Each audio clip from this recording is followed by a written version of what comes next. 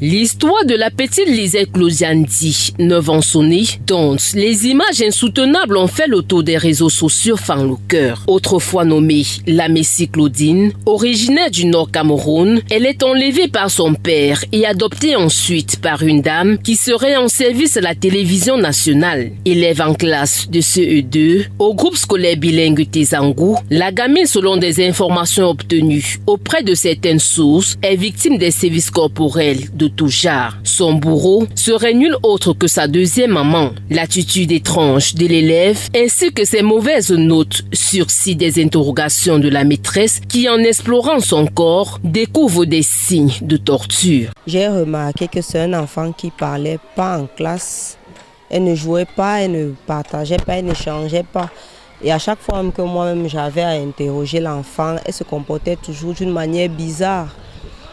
Et son travail en classe était vraiment médiocre. Alors voilà comment je commence à vraiment porter beaucoup d'intérêt à cet enfant parce que je me dis quand un enfant est comme ça, il faut trouver des stratégies pour voir comment ramener l'enfant. Voilà comment je commence à convoquer le parent de l'enfant à chaque fois pour qu'elle me dise dans quelles conditions l'enfant évolue avec elle à la maison pour voir comment on peut remédier à la situation de l'enfant. Le comportement timide et isolé de l'enfant, la démarche ainsi que son accoutrement attirent aussi l'attention de la directrice qui interpelle la maîtresse de l'élève qui à son tour fait appel à sa maman.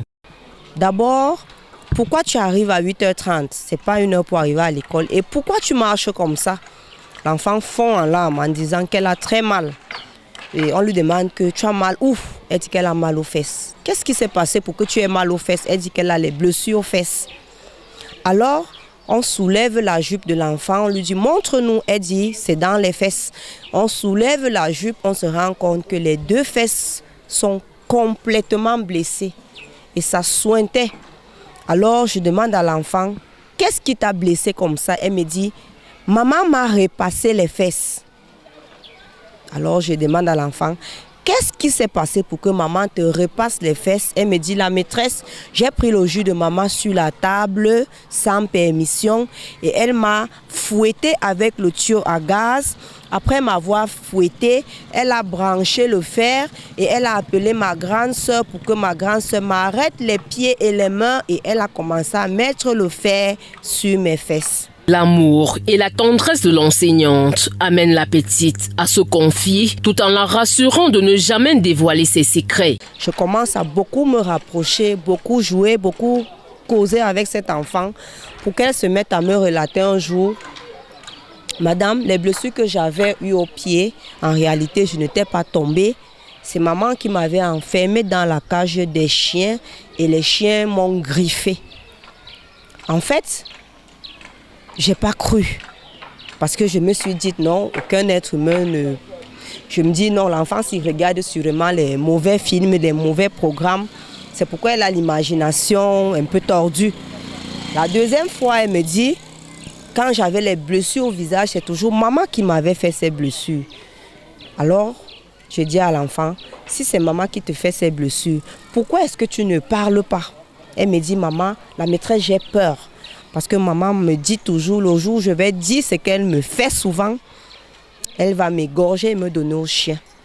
Voilà comment je commence donc à mener mon enquête. Après cette découverte horrible, l'enfant est transféré au centre médical d'arrondissement d'Étoile où elle est prise en charge et reconfortée avant d'être enlevée de force par les éléments du commissariat de la sécurité publique du 19e arrondissement à Printemps. Ce, sans informer sa maîtresse qui assurait sa prise en charge pour la transférer au CHU de Yaoundé. Rendu au commissariat central numéro 3, on apprend que le présumé auteur est déféré ce jour devant le procureur de la République. Signalons que la maîtresse affirme subir des menaces des personnes non identifiées pour avoir tenté de sauver la gamine. Elle appelle à l'aide.